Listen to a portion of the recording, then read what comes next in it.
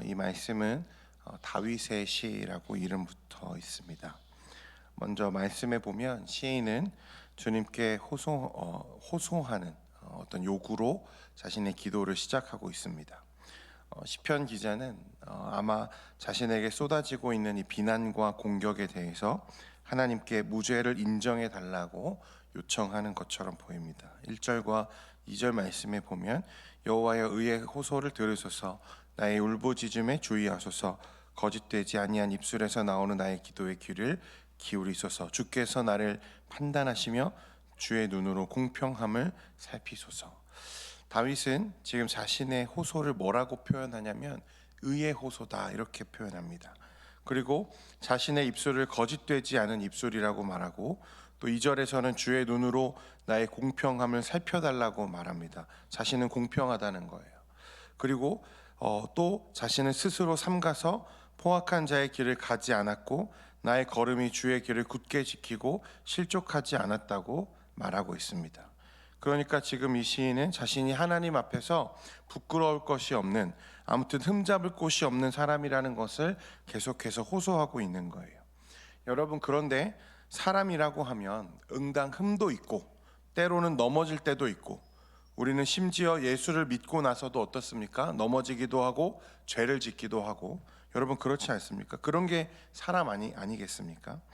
그리고 정작 이 시편을 기록했다고 우리가 알고 있는 다윗은 어떻습니까?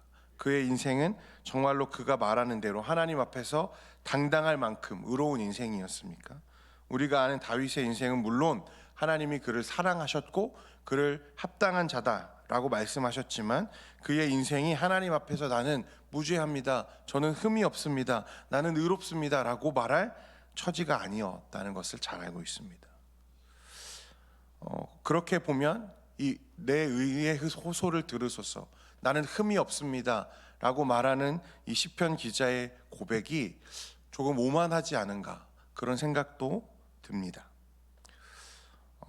여러분, 정말로 우리는 죄를 짓지 않을 수 없는 것일까? 어쩔 수 없이 우리는 죄를 지어야 하고, 어쩔 수 없이 또 회개하고, 또 죄를 짓고 회개하고, 그러다 마지막 순간에 주님이 부르시기 전에 주님, 저의 죄를 용서해 주세요라고 참회의 자리로 나가면 그것이 복된 인생이다 라고 여기고 살면 되는 걸까? 그렇게 본다면 오늘 이 시편 기자의 고백은 당당한 확신은 잘못된 것인가? 그런 질문을 하게 됩니다. 여러분, 히브리서 12장 14절에 보면요, 이렇게 기록합니다. 모든 사람과 더불어 화평함과 거룩함을 따르라. 이것이 없이는 아무도 주를 보지 못하리라. 모든 사람과 더불어 화평함과 거룩함을 따르래요. 그것이 없이는 아무도 주를 보지 못한다고 말씀합니다. 요한일서 3장 10절에 이러므로 하나님의 자녀들과 마귀의 자녀들이 드러나나니 무릇 의를 행하지 아니하는 자나 또는 그 형제를 사랑하지 아니하는 자는 하나님께 속하지 아니하니라. 여러분, 자, 형제를 사랑하고 의를 행하지 아니하는 자는 누구에게 속한 자라고 말합니까? 마귀에게 속한 자라고 말합니다. 성경은 단 한 번도 우리에게 죄 지어도 된다, 어쩔 수 없이 죄 지을 수밖에 없다 라고 말한 적이 없어요. 죄 짓지 말라고 말하고 죄 짓지 않아야 한다, 죄와 싸워야 된다고 말하지, 죄를 지어도 된다, 회개하면 된다, 이런 안일한 마음을 우리에게 가지라고 말씀하지 않는다는 것입니다. 그런데 분명 우리는 연약해요. 우리가 알기에 너무나 연약해서 자주 넘어지고 예수를 믿는 가운데에도 죄를 자주 짓게 됩니다. 왜 그렇게 되는 걸까? 여러분, 어떻게 하면 오늘 이 시편 기자의 고백처럼 의의 호소 가운데 이 죄를 단호하게 거절할 수 있는 성품을 우리가 가질 수 있을까? 여러분, 우리가 실수로 상한 우유를 마시게 되는 일은 종종 있을 수 있습니다. 혹시 경험해 보셨습니까? 저도 한 두 번 정도 있는 것 같은데, 그런데 그것이 심각하게 부패했고 그것을 마시는 날에 나에게 어떠한 영향, 어떠한 고통을 주게 될 줄 알면서도 그것을 마시려고 하는 사람은 없습니다. 그렇죠? 이 죄에 참담하고 그 죄가 나에게 미치는 이 죽음과 같은 고통을 알고 나면 여러분, 어떻게 될까요? 죄 짓고 싶어질까요? 죄 짓지 않을 수 있겠죠. 우리가 죄를 짓는 이유는 매우 간단하고 심플합니다. 뭐냐면 그것이 달다고 여기는 거예요. 이것이 매우 매혹적이라고 여기기 때문에 죄를 짓는 거예요. 하나님이 모를 때는요, 죄가 얼마나 무서운지 또 얼마나 참담한지를 잘 모릅니다. 그래서 죄도 재미가 있고요, 그것을 즐기기도 하고 그렇습니다. 그런데 여러분, 그것이 독약이라고 쓰여 있는 것을 알면서도 그것을 마시는 사람이 어디 있겠습니까? 여러분, 원효대사의 해골물 아시죠? 그렇죠? 모를 때는요, 목이 타들어갈 때는 그냥 달게 마셨다는 거예요. 그런데 알고 보니까 다음날 일어나 보니까 해골의 썩은 물이었다. 얼마나 놀랐습니까? 모르고 마실 수 있죠. 그러나 알면 마실 수 없다는 것입니다. 여러분, 마찬가지예요. 우리가 예수를 정말 믿었다면, 나의 삶의 죄에 미치는 결과가 얼마나 치명적이어서 나에게 큰 상실과 고통을 안겨주는지 알게 되면 죄 지으려는 생각을 멀리할 수 있습니다. 여러분, 종교개혁자 칼빈은 우리에게 죄를 이길 힘과 능력이 없다고 말했어요. 인간은 전적으로 부패했고 전적으로 무능합니다. 그러나 성령 안에 있을 때에는 죄를 이긴다 말했습니다. 그런데 오늘날 우리의 모습을 돌아보면 어떻습니까? 여러분, 이 죄의 문제를 그렇게 심각하게 여기지 않는 거예요. 어쩔 수 없다고 여기죠. 어쩔 수 없지. 사람이 넘어지기도 하고 죄 짓기도 하고 그런 거지. 성경은 단 한 번도 그렇게 우리에게 말한 적이 없다는 거예요. 이 죄의 결과가 우리의 영혼에 또 우리의 삶에 얼마나 끔찍한 고통을 불러일으키는지 우리는 자꾸만 망각합니다. 여러분, 죄는 반드시 그 대가를 요구해요. 무서운 대가를 요구합니다. 우리는 이제 예수 믿고 구원받았으니 죄의 문제에 대해서는 자유하다, 회개하면 된다. 여러분, 그렇게 생각하는 구원파 이단들이 얼마나 도덕적으로 타락하는지 우리가 잘 보지 않습니까? 이렇게 죄의 대가와 하나님의 심판에 대해 무관심한 사람들의 모습을 오늘 시편 기자가 10절에 어떻게 말씀합니까? 함께 읽겠습니다. 10절 같이 읽겠습니다. 시작. 그들의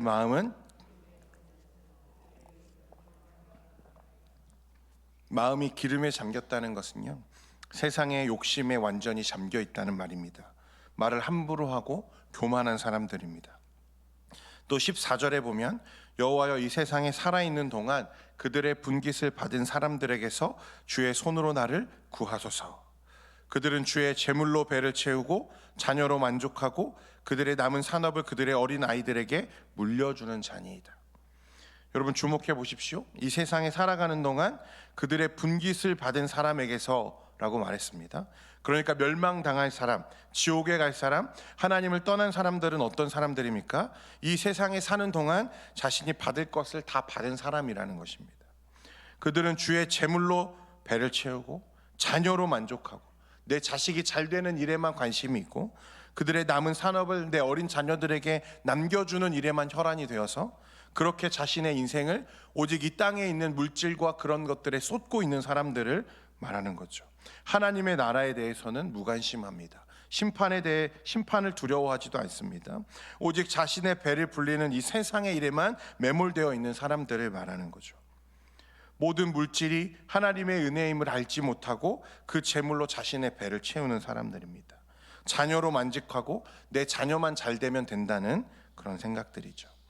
죄의 대가가 무엇인지, 내가 심은 것을 거두게 된다는 원리를 알지 못하는 사람들입니다. 여러분, 그 원리를 알고 나면 여러분 죄 짓지 못하죠. 다윗이 오늘 하나님 앞에 자신의 의를 호소할 수 있고 그렇게 죄와 자신을 마치 전혀 관계가 없는 것처럼, 아주 먼 것처럼 이야기할 수 있는 이유는 그가 실제로 특별히 죄를 짓지 않거나 어떤 특권이나 특혜를 가진 사람이어서가 아니라 이 죄와 그 대가, 그 원리들을 너무나 잘 알고 있기 때문에 그렇게 말하는 것입니다. 죄로 인한 비참한 결과를 누구보다 잘 알기 때문에 그는 결심하고 죄와 싸웠습니다. 3절 말씀에 보면 주께서 내 마음을 시험하시고 밤에 내게 오시어서 나를 감찰하셨으나 흠을 찾지 못하셨사오니, 뭐라고 말합니까? 내가 결심하고 입으로 범죄하지 아니하리이다. 내가 결심하고 범죄하지 않겠습니다. 여러분, 한 가지 더 기억하길 원하는데요, 사람들은 죄의 대가가 심판받고 지옥 가는 것으로 우리의 생각이 흐를 때가 많습니다. 그러니까 죄는 우리와 너무 가까이에 있는데 그 대가는 어떻습니까? 멀게 느껴지는 거죠. 죽은 다음에 내가 받게 되는 대가, 지옥에 간다. 죽은 다음에. 여러분, 안타깝지만 이런 인식으로는 죄를 이길 수가 없습니다. 멀게 느껴지는 죄의 대가는 우리 현실의 죄를 이길 힘이 되어주지 못합니다. 실제로 내가 죄의 유혹을 받을 때, 다급한 일을 만났을 때 심판과 지옥은 아무런 힘이 안 됩니다. 나중에 죽고 나서 받게 될지 어떻게 알아? 알 수 없지. 지금 내 문제 앞에는 아무런 힘이 될 수 없다는 거예요. 우리가 죄로 인해 받게 될 대가와 그 고통은 우리가 죽은 이후에 치르게 되는 것만이 아닙니다. 여러분, 성도가 죄 짓지 않을 수 있는 힘이 생기려면 이 죄의 대가가 나중에 아니라 오늘 이 순간 그 즉각적으로 나의 영혼에 지옥의 고통을 안긴다는 것을 인식하고 알아야 되는 거예요. 이 지옥의 고통이 뭘까요, 여러분? 무엇이 이 죄로 인해 우리에게 고통이 될까요? 여러분, 하나님과 우리의 관계가 멀어지는 것입니다. 하나님과의 친밀한 관계를 잃어버리는 거예요. 여러분, 세계적인 문명이 일어난 지역들을 좀 살펴보면요, 그곳에는 공통점이 있죠. 무슨 공통점이 있습니까? 큰 강줄기가 흐른다는 공통점이 있어요. 큰 강들 주변에는요 늘 사람들이 몰려듭니다. 그리고 그 주변에 자리를 잡고 살아가죠. 보통 그렇습니다. 여러분, 왜 그럴까요? 왜 강가에는 사람들이 몰려들죠? 다른 곳보다 이 강가가 살기 좋다는 거예요. 유리하다는 거죠. 내가 살아남는데 유리하다고 생각하는 거예요. 강과 가까워야 살기 좋다는 말입니다. 여러분, 우리는 처음부터 하나님과 함께 해야만 하는 존재로 지음 받았습니다.